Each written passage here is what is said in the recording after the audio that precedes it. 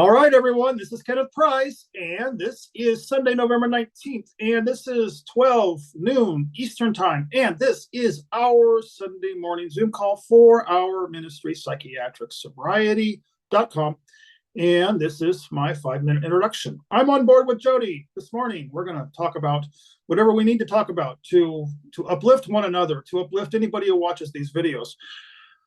Who are we? What do we do? Why do we do it?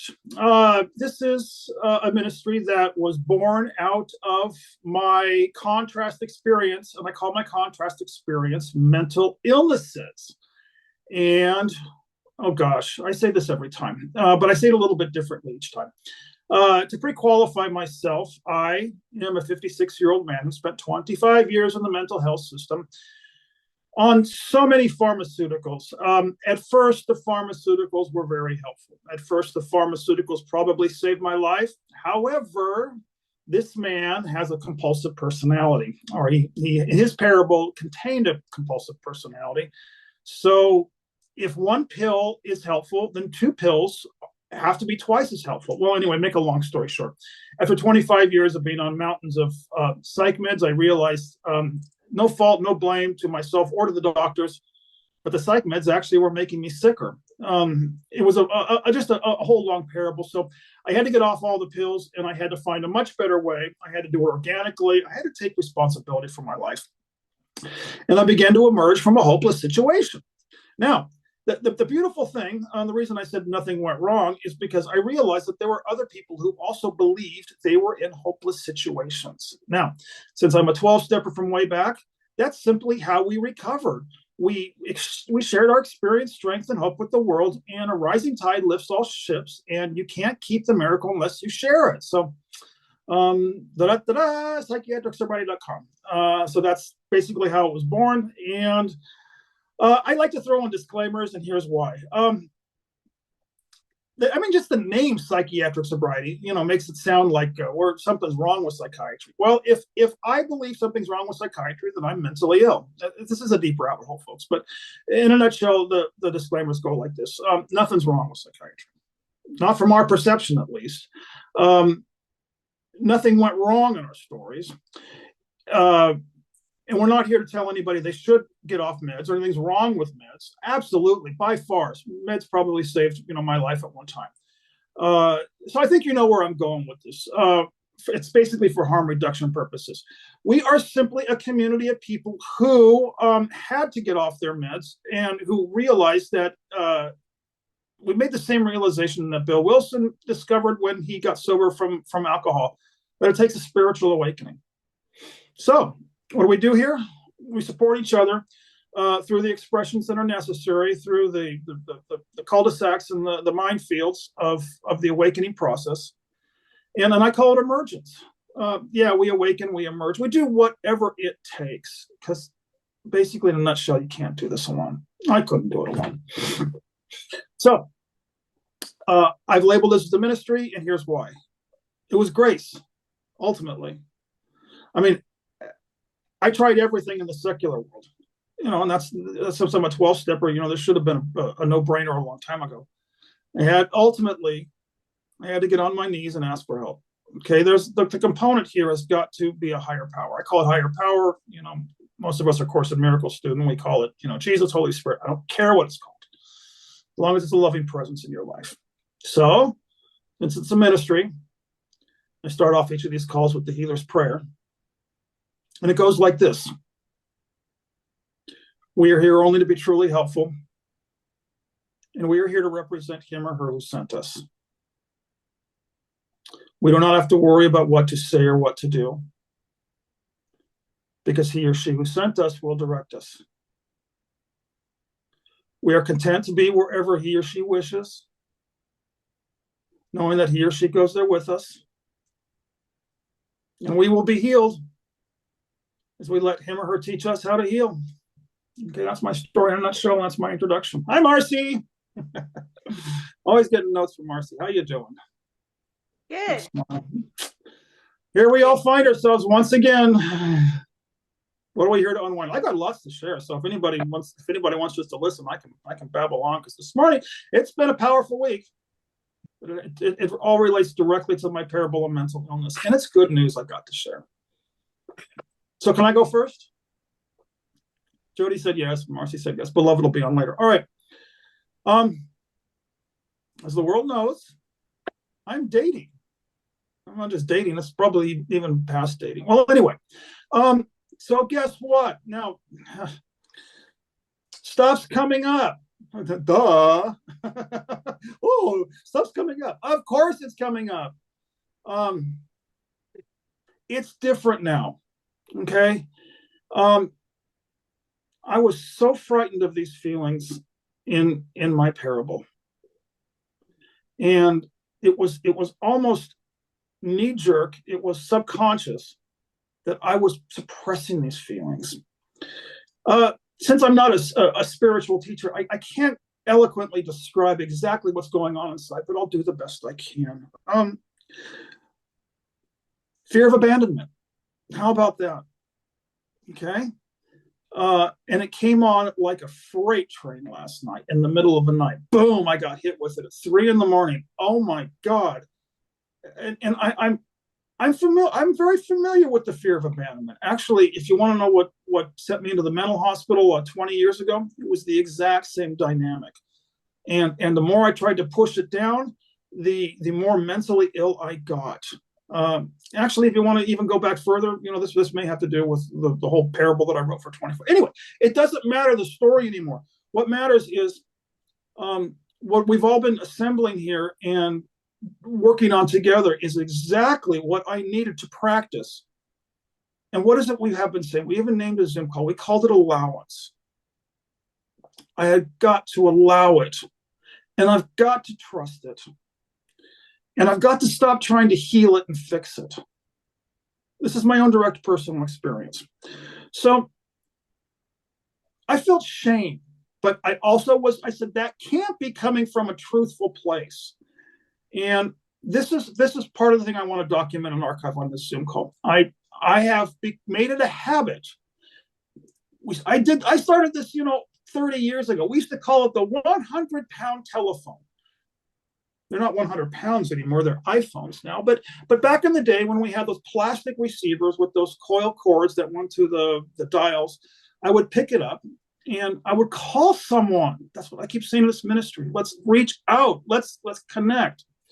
And I called one of my advisors in Mexico. I'll call her my advisor. She's quite good. And of course, the thoughts are going through my head. Oh, she's not going to call me back. Oh, she's, see this, but I instinctively knew, don't listen to that voice. Anyway, she did call me right back. And what came out of that phone call was more of, basically she says, you just want me to confirm what you already know, don't you? And I said, yes, please. So here are the notes I took. Kenneth, you're out. Here's the first thing. She said, don't call it an emotion. She said, don't even call it a feeling. She said, from here on forward, it's simply energy. Now, good point. I like that. She said, you're going to have to be with it and understand this has got nothing to do with the person you're dating. Now, I knew that, but again, ka-ching, ka-ching, she checked off another on my list. She said, this is the energy of a separation belief. Real deep stuff, huh? It's not about anybody else. However, this is what relationships are used for now. This stuff could not be coming up if I were in Mexico right now. I love Mexico. I love Namaste. But it wasn't going to come up. I had to be in an intimate relationship for this to get pulled out. Perfect. It's getting pulled out. Now what are we going to do with it? She used the word alchemize. This is the same stuff we do every single week. She used the word Here's something else she said. I am just to repeat that emotion is present and be with it. Years ago, about 6 years ago, when I first started the Vision Quest, I went to go see my friend in Sacramento. And he handed me a book called The Presence Process by Michael Brown. And in the presence process, this is all just the same stuff, by the way. Michael Brown counsels to just be with the feeling itself. Same thing, Suzanne, I'll say your name, Suzanne. Same thing Suzanne said this morning. But Michael Brown had a process, they call it the presence process. I can't remember how it all goes, but he says, we talk to the feeling. I am here with you now. Just here with, Suzanne, you know, one thing she said, no more stories, no more stories. She said, just, we're sticking with the energy and the feeling. Suzanne Sullivan and Michael Brown, I said Suzanne's name, well, she wouldn't mind. I'm here with you now. Okay, so that's what my emergence, this is a documentation, and this is a description of how, same thing that Jody and I say every week. It's what do we say, Jody? You're over there cooking soup. It's coming up for healing or something like that. In other words, I'm documenting.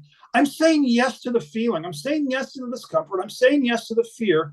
And the other thing, the last thing I want to go, because I've gone on for too long. I've gone on for 11 minutes. Suzanne said, let it pass through. Okay. They're all these spiritual luminaries, all these teachers, all these wishers, they're saying the same thing. And I need to hear it from many different angles, because I wasn't raised with this belief. We were all raised with the old paradigm, control it, judge it, try. We're entering a whole new, Jody, tell us about the new paradigm, because Calico was just talking about that on the Zoom call. Or talk about whatever you want. I'm done. I've got on for 12 minutes. Who's next? Congratulations, Kenneth. Thank you. Yeah. I have to do this every single day over. I have to make this like my in-breath and my out-breath. But I can be with it now.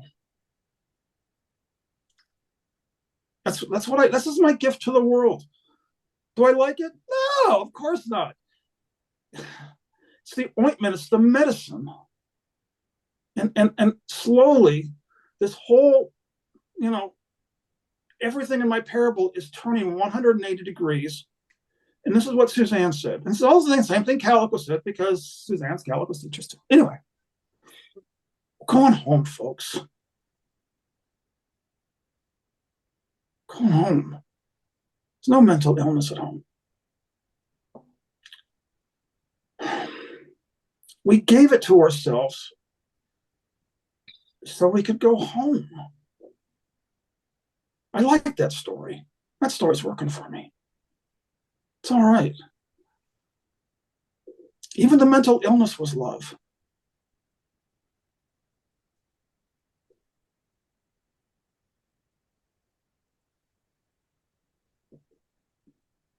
My heart's opening. And I'm loving someone in a relationship without wanting anything.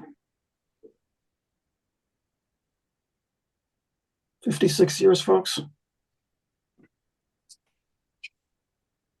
I haven't seen Mary in ages. Her audio's connecting. Do you mind if we bring her on board? Mary, can you hear it? Mary, I've missed you. How you been? I'm good. I'm trying to, can you hear me? Yeah, it's so good to see you again. Oh, good to see you too. You all know Mary, don't you? Oh, I don't think you know Marcy. Marcy, meet Mary. Hi, Marcy. I went on for about 15 minutes, so I'm going to basically, Mary, I just went over, I'm going through more stuff, and it's moving through. It's moving through this, man.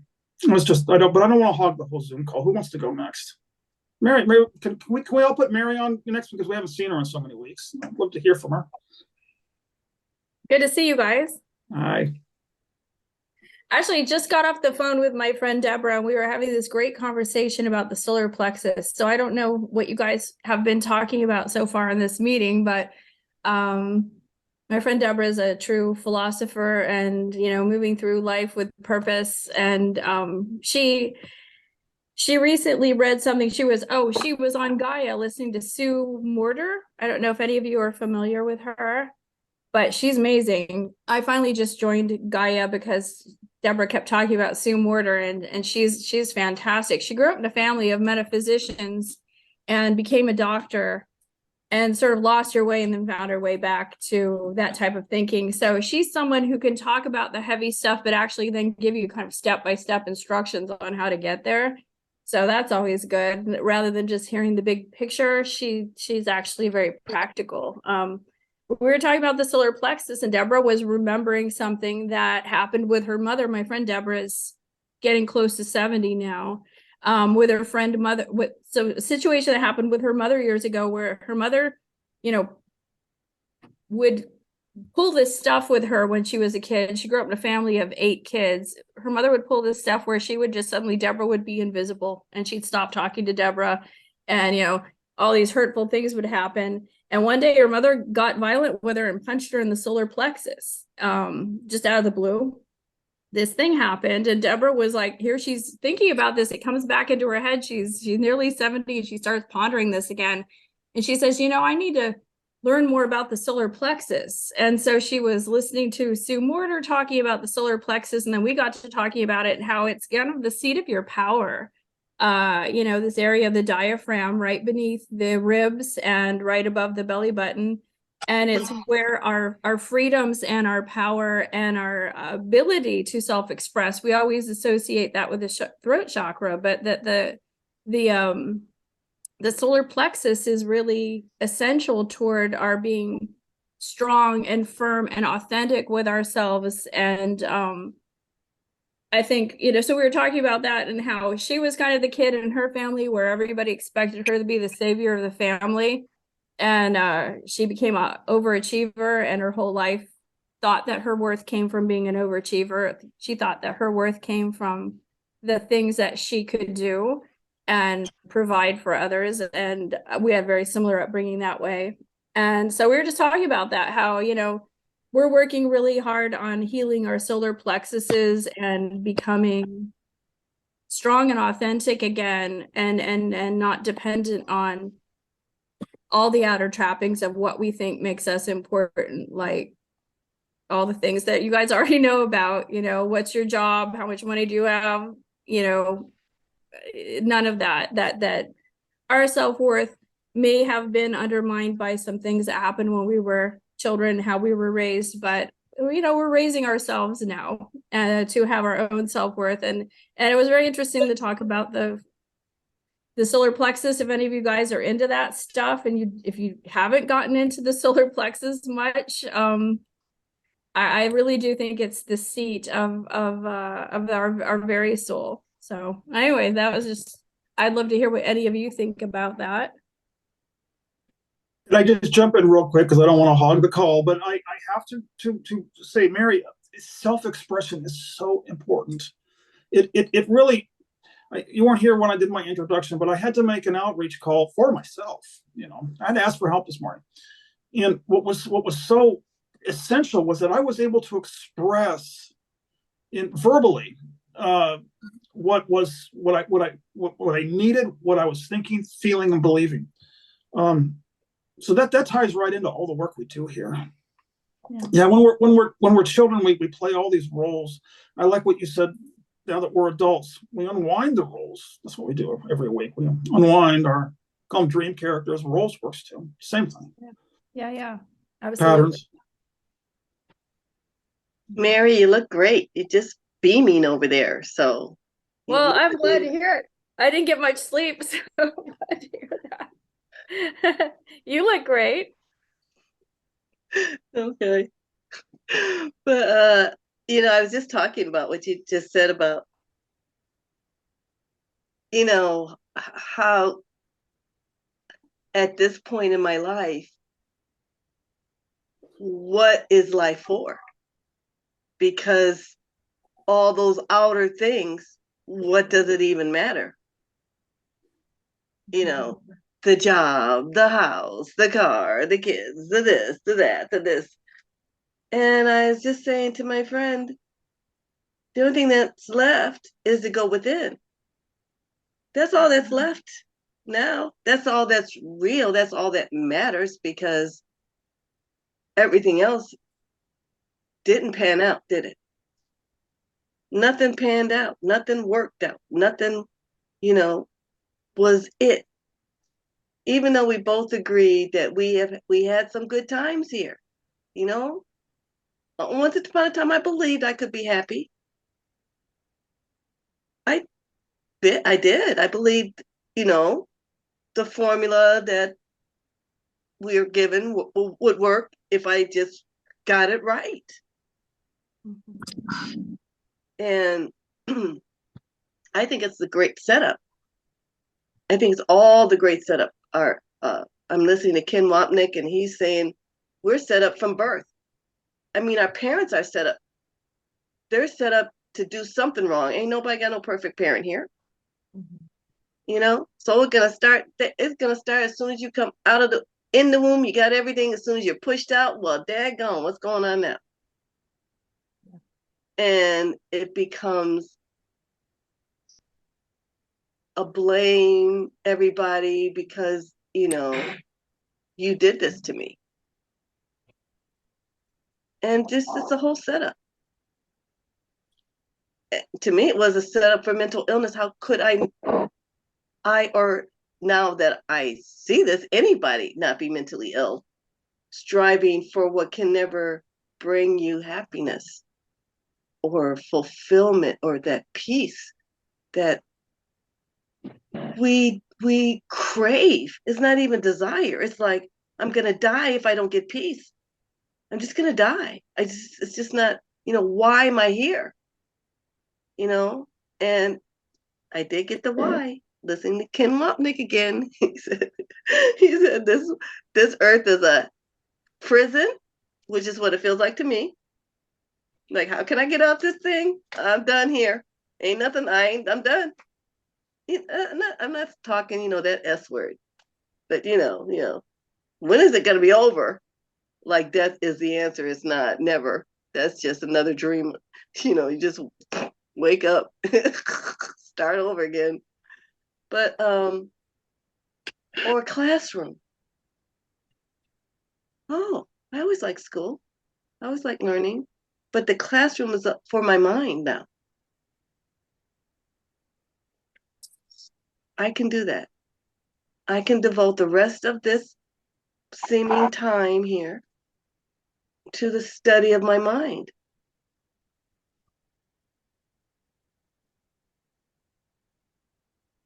And see what's really going on, because what's going on in here is what I'm seeing out there.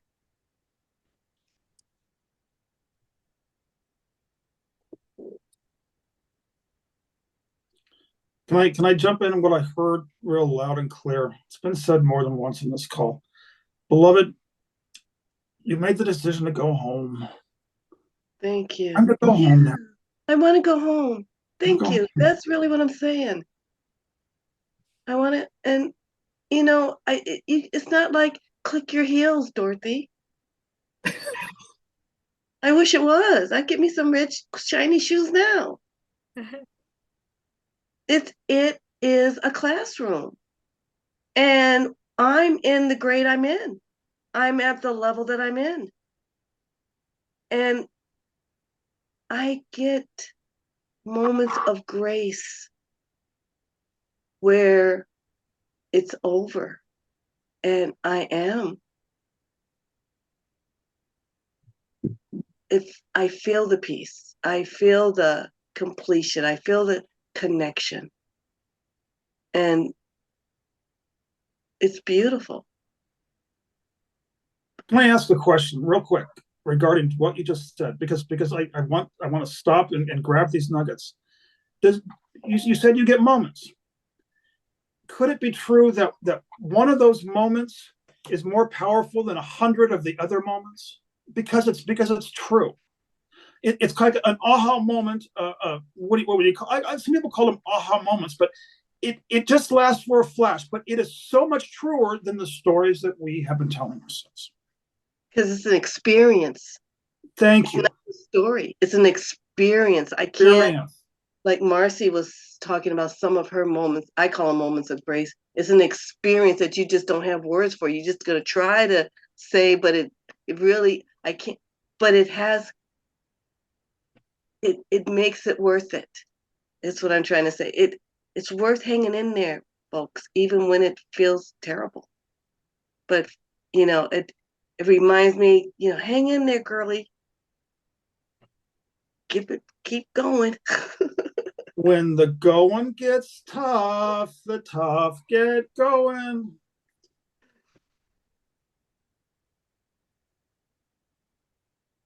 I was in God bless my mother. God rest her soul. God bless her. I miss her every day. I got a phone call in 1989, and she said, "Kenneth, I'm going into treatment." That was right before Christmas, the best Christmas gift a mother could ever give her son. I will never forget going to Family Week at Betty Ford in Rancho Mirage. It was a beautiful experience. I hadn't even started my treatment centers yet, but the counselor, never forget that session, said the exact same thing to this young man in 1989, because all the counselors there were recovered from drugs and alcohol themselves and recovering. And I'm just following their template I learned from them in 1989. But I don't remember the woman's name. I know exactly what she looks like. But she shared with us. She got down in the group therapy with my mother and the rest of the patients and their family members, and she shared her story. She came from a deep reservoir inside and shared us her story of addictions and her story of they call it recovery. I call it emergence. But what she said to us was, I'll never forget it. She said, because I can remember her eyes and her facial expressions. She said, "You're going for a peak experience." It's exactly what you just said, beloved. You didn't use the word peak, but you used the word experience. I'm just connecting the dots here, folks. The more our mind expands, the more we hone our mind training, the faster these dots connect. And that's when the clouds part. And there's clarity, more clarity. It means the storm is abating.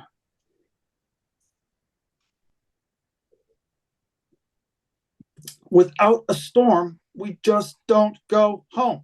You first need a storm. What does yours look like? Oh, mine contained a parable of antipsychotics and benzodiazepines. Oh, mine contained a parable of, divorce and bankruptcy. Oh, I got to do the drugs and alcohol and meth. That's nothing. See, listen. Nothing's going wrong. Something's going right. We signed up for this. We did it to ourselves so that we could go home, so that we could wake up. And that's going a little bit far out on a limb, but I like that story. It works for me because of how that story makes me feel. So calm and relaxed, and I'm okay with it.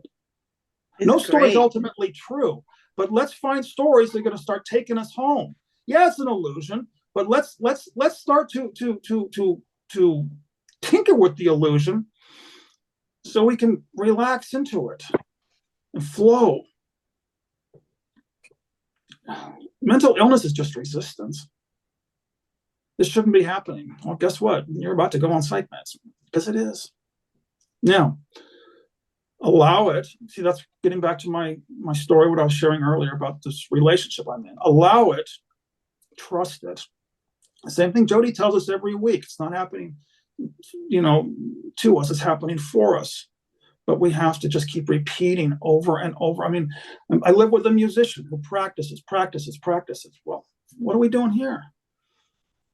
I have to practice it. I'm not doing this because I'm spiritual. I'm doing this so all of you can help me practice and remind me for just one more day. It's Marcy's turn, then Jody. Go first. I'm just listening. How you doing, Jody?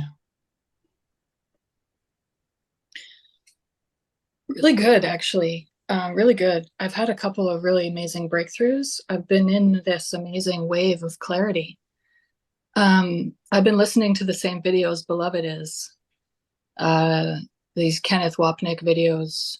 I'm up to part 6 in this series, and it's just, there's so much clarity there. And I'm really starting to see through my stories. I'm really starting to see through the illusion, and that's where I'm having like these windows where like I see it all, and I'm not laughing anymore because it's not funny. Funny is a judgment. And so it happens, and waking up happens in increments and stages. And for quite a while, I wasn't able to see it. And then when I started seeing it, I was still judging the fuck out of it because I was seeing how insane it was. And sometimes that was scary, and other times it was just fucking funny. Like, it's so ridiculous. My parable has gotten so ridiculous that I can see right through it. And that's like, it's all happening for me. There's nothing to fix. Nothing has gone wrong. It's all happening for me. It needed to get that insane for me to see through it. It absolutely needed to get that insane. So I'm experiencing all of these windows and waves, and it's hilarious to me right now as I say that, because when I went through drug withdrawal, I came off of 13 psych meds, and it was hell. And I went through all of these windows and waves, that's what the community calls it, but it's not windows and waves of clarity. It's windows and waves of hell. And so as that was coming up again, I recognize now, like, it's all happening for me. It's all coming up to be healed. And it's not my job to heal it. So as a transformation artist, as a healer and a coach and a teacher, Mary, I used to teach all about chakras. That was part of my, you have the power to heal yourself. Just learn about the chakra system. You can heal any part of your body. Well, I see through the illusion of that. That's all just coming out of my mind. So it's got just as much power as you give it. It's got just as much power as you give it. And you have a lot of power. So you go, girl. That solar plexus. Yeah, powerful stuff. So I'm really, I recognize, like, I have all this clarity right now and all of this calm. I can feel the peace. It feels like my life is falling apart. This dream character, all of my personal relationships are falling apart. My, like, everything is just gotten so insane. And of course I want to fix the whole thing. And I get frustrated because I should be able to fix it because I'm trained. I have these certificates on my wall that say that I'm trained to do this. I'm trained to fix it. And I've been through such a transformational journey myself. So what a mind fuck it is to learn there's nothing to fix. Nothing has gone wrong. This is all happening for me. So these Kenneth Wapnick videos are just a game changer. The page is called Be Normal. It's on YouTube. Subscribe to it. Watch the videos. Like, it's so simple. And it's so hard because what we're doing is we're unwinding the ego. And that's why it's hard, because guess who doesn't want to be unwound? The ego doesn't want to be unwound. It's going to put up a fight. So we just welcome that. We don't fight the fight. We don't fight the darkness. We just welcome it. That is so counterintuitive. And so that's where that, like, it's such a, I was on this bucking bronco since June, like, just hard. Holy crow, hanging on for dear life. And like Beloved said, it's all worth it, folks. Keep going. Keep going. Because when you get through this phase that you're in now that feels impossible, the clouds separate and the light shines again. And you're like, oh, yeah, right. That's what we're doing. And listen to Jody's testimony just now, because if you watch the Zoom call, I said this, I have the same message, but I just said it differently. Same message. If anybody wants to go into the archives of this YouTube channel, Dale Blackford, Reverend Dale Blackford, I got him recorded, for several hours, because I want his message is very, he describes his ego very differently. it's almost like he describes in his parable. He finally shook hands with it, and he said, "You want to call a truce here?" And the ego said, "Nah."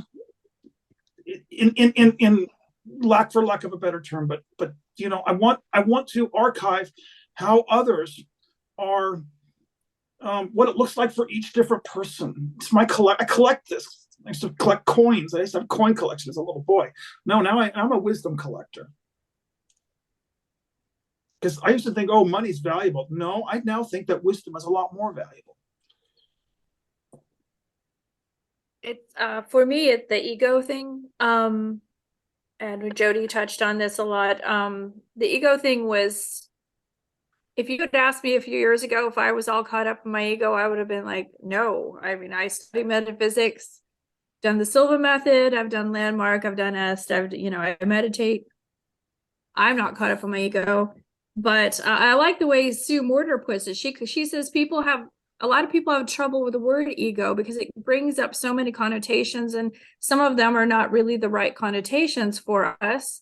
But she calls it the protective personality.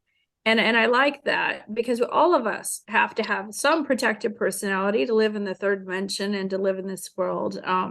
Ego is not a bad thing if you look at it as a protective personality, but we are not our ego. And if, like I said, if you had asked me not even that many years ago if I was all caught up in my ego and I subscribed to too many things that were ego driven, I would have said no, not at all. But I did because when I was young, I was very early figured out that if I get good grades and I win competitions with piano or spelling bees or academic, it didn't matter, just if there was a competition, I was in line to try to win it. And because that's how in my little world I got attention. That's how I felt like I mattered. And for the rest of my life, the overachieving was, I can see now, was a response to feeling like I wasn't good enough. If I didn't, where was the last prize you won, Mary? When was the last time you were in the paper? That was my reason for being.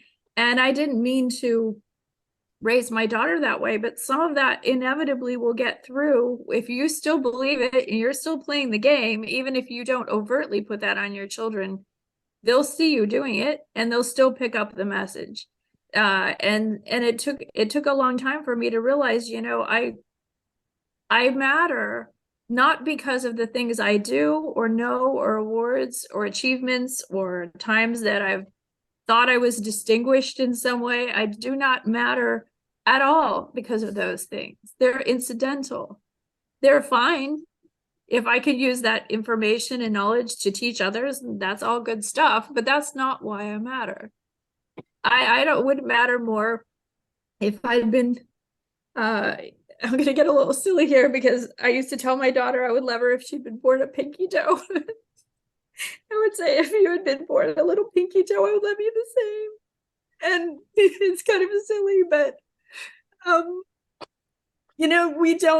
none of us have to be anything special. We are already special. And that is the beginning for me, of just being able to step away from the ego and see that spirit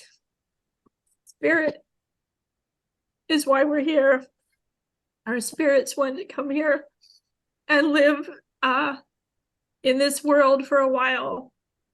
And all those other trappings, whether we had yellow hair or black hair or we're tall or short or do well on tests or whatever, those are just the trappings of the personality. And I don't know, to me it was incredibly freeing. I'm not saying I don't get caught up in ego. Sometimes I do. It's still there, trying to protect me and sometimes being mistaken for who I am, but the soul is finally able to kind of shine. And it's just incredibly freeing. I mean, I know a lot of you have been there because I can see it in your faces. But it's a far better existence. And that's all I have to say. Just stepping away from the ego and not trying to be anything other than what you just are. And even if that's a little pinky toe, that's perfect. Hallelujah. Anybody want to second that? It's the reason I record these, because I don't want people, I want each person to share what theirs looks like. I love what Mary's looks like. So, and what you said, because we're Course in Miracles students, at least I had, then I become an ego basher. Oh, the problem's the ego. Let's get into it. No, yeah. You called it a protective personality. It's necessary.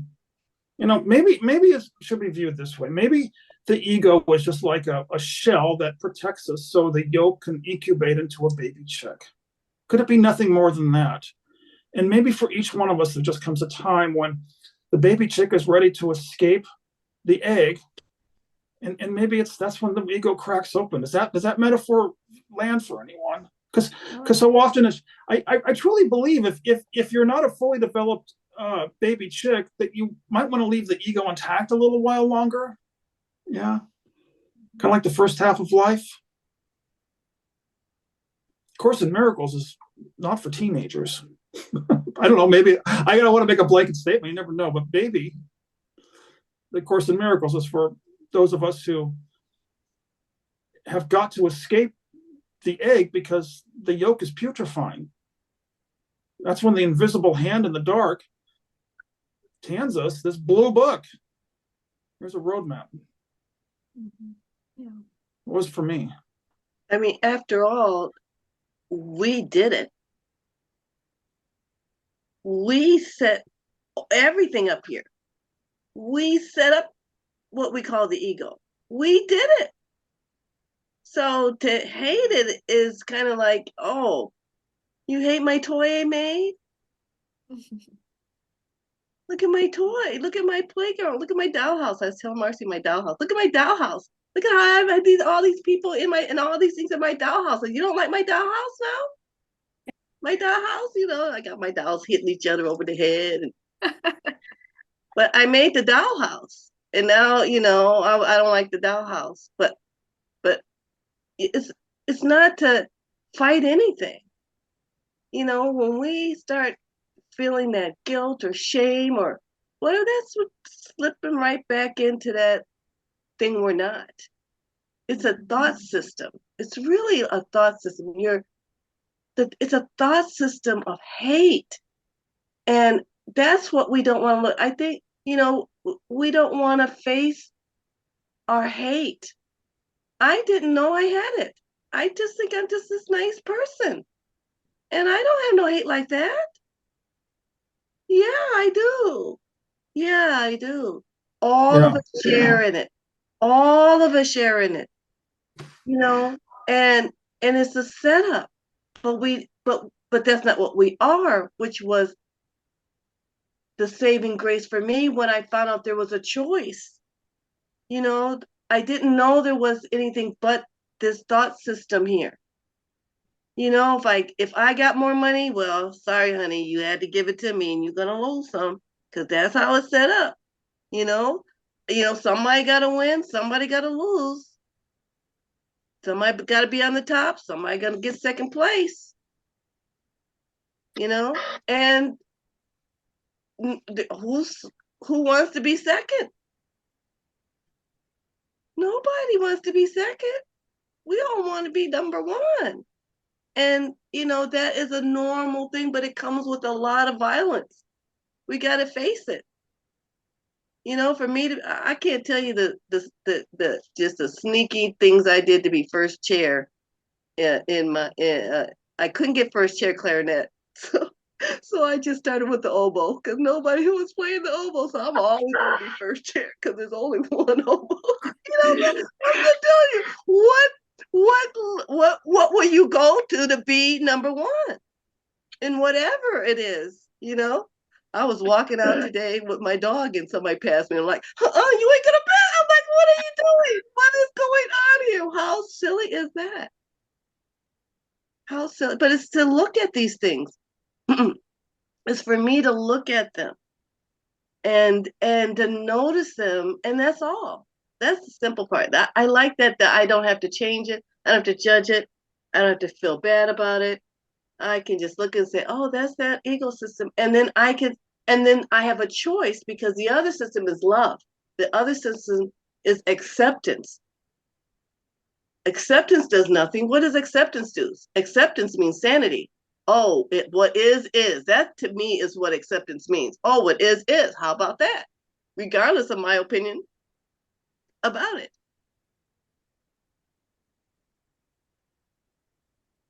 And that is, that is, I like that.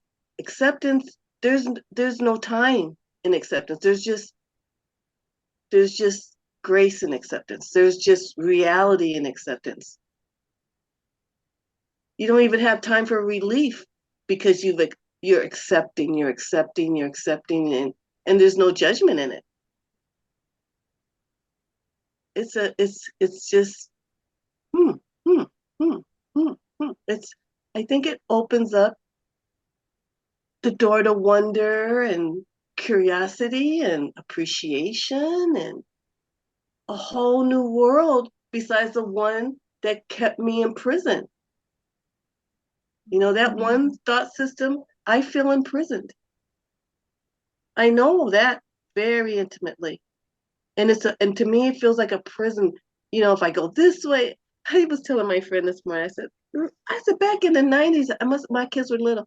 I said, I used to think, where can I go in this world that Mother Nature's not going to try to kill me? Where can I go where there's no hurricanes? Or if I go there, there's tornadoes. Or if I go there, there's tsunamis. Or if I go there, like, okay, I couldn't think of one place on this earth that was safe. Can I jump in? You can continue, but I have to pull out a nugget, okay? Because it's a psychiatric sobriety.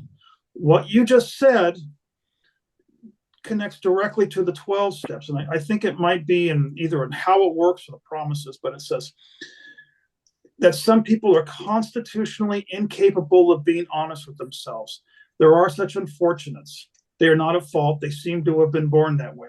They are naturally incapable of developing and grasping a manner of living which requires rigorous honesty. Their chances are less than average. That came directly from, now that's very harsh to say, but remember, that's 1930s language. But that right there ties directly into what you were saying, beloved, how imperative it is that we get honest about what we're truly thinking and believing. Now, that's the moment of grace. That's the risk when we expose what we're truly thinking and believing in a safe container. That's the fertilizer for the miracles. That's where the pop snaps and the ahas take place. Because we realize that's when I said it before, Toto pulls the curtain and you see this funny little wizard, turning knobs and dials. Pay no attention to that man behind the curtain. But it takes the courage of. I mean, I even will go so far as to say maybe there is something to a Catholic confessional. I don't know, maybe other religions have confessional, but maybe there is something there that at least if you expunge it in a safe container and have some feedback that we've been forgiven. And now I don't know much about the Catholic model, religious models, but we have to voice it, get it out, and then the grace. Does that sound fair, beloved? I heard that. I think what you really highlighted was honest with yourself. That takes so much courage, because deep down we might think we're just these horrible people. But it's honest with yourself doesn't mean you're that. It means you've bought into this ego thought system, and we all share in it. It's hard to say, be honest with myself and say, yeah, I can be really mean. And to say it out loud, because I have the face of innocence. But it's not to beat up on ourselves, because you can get my other piece, and I'm just a piece of shit, and I'm just worthless, and I just hate myself. So that's not the answer. That's not honest. You know what I'm saying? That's not really honest. That's like an excuse. That's an excuse to hate everything and hate you and hate what you didn't create. And ultimately, I think honesty leads us to see we hate God and that we don't want no one above us. We have an authority problem. We have an authority problem. Girl, that describes me. I totally have an authority problem. Yeah. That's why this ministry was born out of my 12-step history, because the magic of those meetings back in the early 90s was we would all raise our hand. It's my turn to confess. No, I want to confess. I want to confess. As soon as we all started vomiting, like in ayahuasca, La Purga, we all felt so much lighter after leaving. Hey, I'm glad I got that off my shoulder. Do you want to go out for coffee? Yeah, let's go out dancing afterwards. Okay. We just spent an hour, throwing up all of our we called them character defects. Well, again, 1930s language, whatever works for you. Get it out, purge it out, wipe up the mess and move on, folks. Yeah, I like that. Even when you're feeling terrible. I mean, of course, that's what you're referring to. You're not confessing, oh, I had such a great day. No, you're confessing your imagined sins. And we all have them. I mean, it was where we began.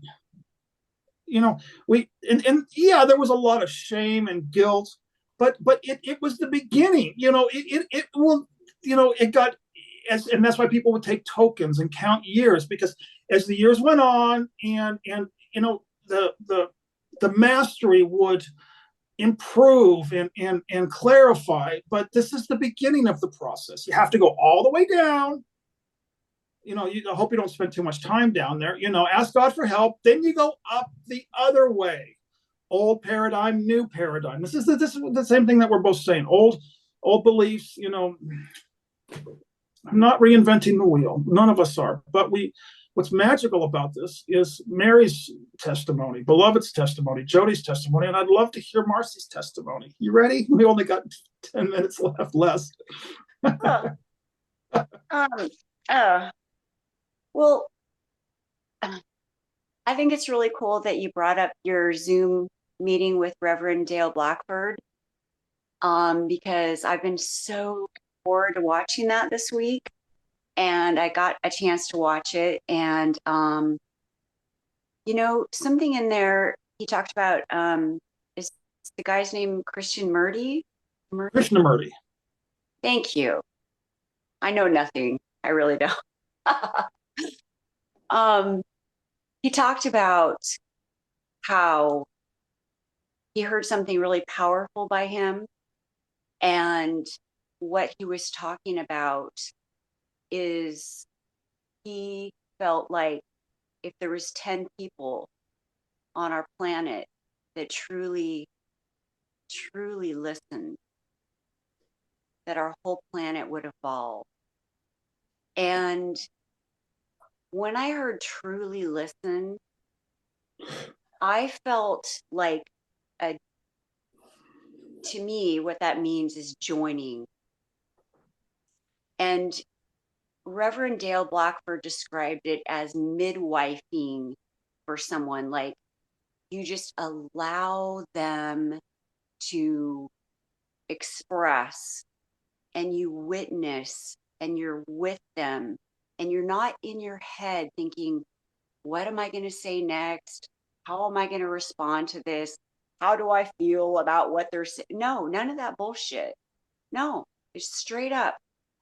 You're just present. And someone asked him, well, I mean, my God, like, why aren't we all enlightened then? I mean, it only takes, and he said, there's not 10 people.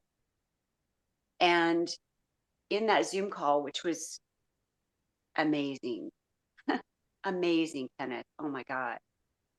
I heard him say, he goes, I'd like to be open to being one of those 10 people.